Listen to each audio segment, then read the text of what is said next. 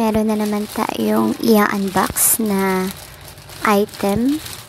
So, umorder ako sa Orange Apps ng reflectorized vest na pang motorcycle.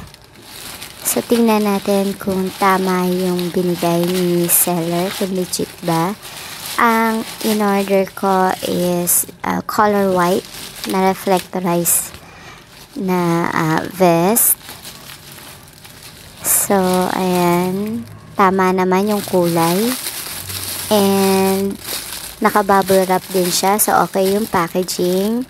So, ito, nabili ko lang sa amount na 105. Free shipping.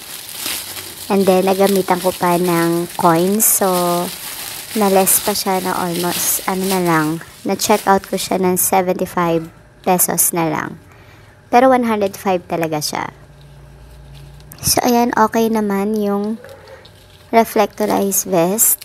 Kahit na 105 lang siya, makapal at talagang reflective siya. Ayan.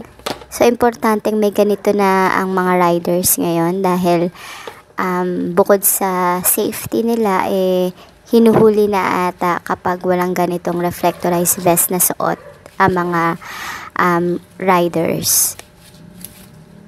Ayan. So, okay naman siya. Makapal siya. Yan. Reflective na reflective talaga. So, may choices na colors yan. 3. Orange, green, and white.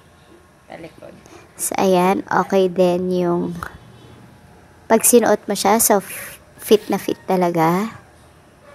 Yan. So, legit na legit.